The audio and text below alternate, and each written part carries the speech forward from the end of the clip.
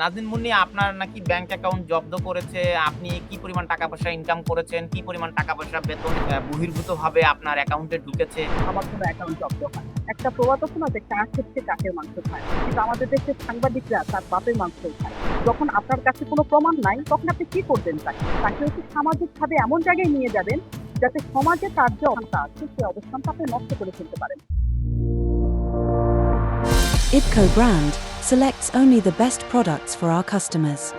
নাজনীন মুন্নি আপনার নাকি bank account জব্দ করেছে। আপনি কি পরিমাণ টাকা-পয়সা ইনকাম করেছেন, কি পরিমাণ টাকা-পয়সা বেতনে বহির্ভূতভাবে আপনার অ্যাকাউন্টে ঢুকেছে। আপনি আর কিভাবে আসলে নির্যাতিত হচ্ছেন? আপনি একটা শো করতেন আমি যতটুকু জানি, মুন্নিস মিরর। আপনি একটা পলিটিক্যাল স্যাটায়ার করতেন। ইদানিং এই শোটাও দেখি না। অনেক টাকা কামাই ফেলছি তো অন্য কিছু করি না। এখন মিনিমাম সব টাকা।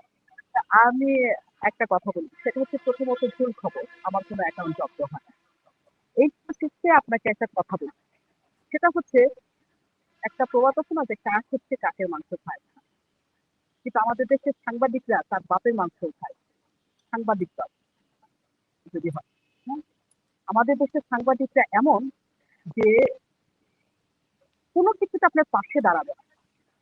ধরেন আপনার অযথা অ্যাক্রেডিটেশন কার্ড বাতিল হলো, নিজের অ্যাক্রেডিটেশন কার্ড নাই, গত বছর সেটা মানে মেয়াদ উত্তীর্ণ হয়ে গেছে। মেয়াদ উত্তীর্ণ কার্ড কেমন করে বাতিল করে এটা আমার জানা নাই। তো সেই কার্ডের খবর বড় করে ছবি দিয়ে ছাপা হলো। আমার নাকি ব্যাংক অ্যাকাউন্ট জব্দ হয়েছে, বড় করে ছবি এটা জাতীয় টেলিভিশন স্ক্রল সহকারে চালাইলো। কেন চালাইলো? কারণ সামাজিকভাবে আমাদের হেনস্থা করার জন্য, অপদস্থ করার জন্য।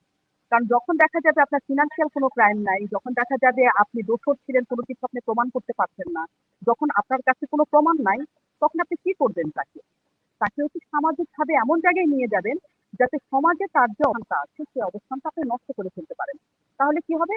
সে যখন কথা বলবে তখন সমাজ তাকে গ্রহণ করবে না। এটা হচ্ছে একজন মানুষকে নিশ্চিত করে ফেলার জন্য সবচেয়ে স্মার্ট বুদ্ধি এই ডিজিটাল যুগে। তো স্মার্ট বুদ্ধিটা এখন গ্রহণ করা হচ্ছে। এখন তো সকল মানে চ্যানেলগুলা বা পত্রিকাগুলা বা যাই হোক না কেন হাজার হাজার কোটি টাকা পাচার হয়েছে, ব্যবসায়ীরা করেছেন, হাজার হাজার কোটি টাকা পাচার হয়েছে, বুদ্ধিরা করেছেন, এমপিরা করেছেন। কারো সম্পর্কে আপনি কোথাও কোনো ডিটেইল লেখা দেখবেন না। কারোর বদনাম, কারোর ব্যাংক অ্যাকাউন্টে কত টাকা জমা আছে, কারোর নামে ব্যাংক অ্যাকাউন্ট জব্দ হয়েছে। আপনি আমাকে বলেন তানভীর ভাই, সাংবাদিকদের 18 সাংবাদিকদের ব্যাংক অ্যাকাউন্ট জব্দ হয়েছে, 18 জন সাংবাদিকের। 18 জন সাংবাদিকের লিস্ট লিক করে দেওয়া হয়েছে, জব্দ হয়েছে বলে নানা জনের নামে নানা কিছু হয়েছে, সেটা স্টক অফ দিতে হবে। এখন আপনি বলেন কয়টা পলিটিক্যাল লিডারের ব্যাংক অ্যাকাউন্ট জব্দ হয়েছে, কয়টা বিজনেসম্যানের ব্যাংক অ্যাকাউন্ট জব্দ হয়েছে। 16 বছরে কেবল সাংবাদিকরা দোষর ছিলেন, অন্য কেউ ছিলেন না, তাই তো? সবাই খুব ভালো জায়গায় ছিল। সিরিয়াসলি না, অন্য এই কারো দেশে ব্যাংক অ্যাকাউন্ট জব্দ হয়নি এ কারণে সাংবাদিকের ব্যাংক অ্যাকাউন্ট জব্দ করা যাবে না। আমরা কি তাহলে কথা যাবে না, আমি বলি নাই জব্দ করা যাবে না। আমি বলছি শুধু সাংবাদিকের ব্যাংক জব্দ করার পেছনে কি কোনো আলাদা উদ্দেশ্য আছে? সবারটা করবে, ব্যবসায়ীদের যে রাজনীতিতে করবে। একটা 16 বছরের রেজিম যখন আপনার আরে আমলারা সবচেয়ে বেশি অপচয় দুর্নীতি করেছে।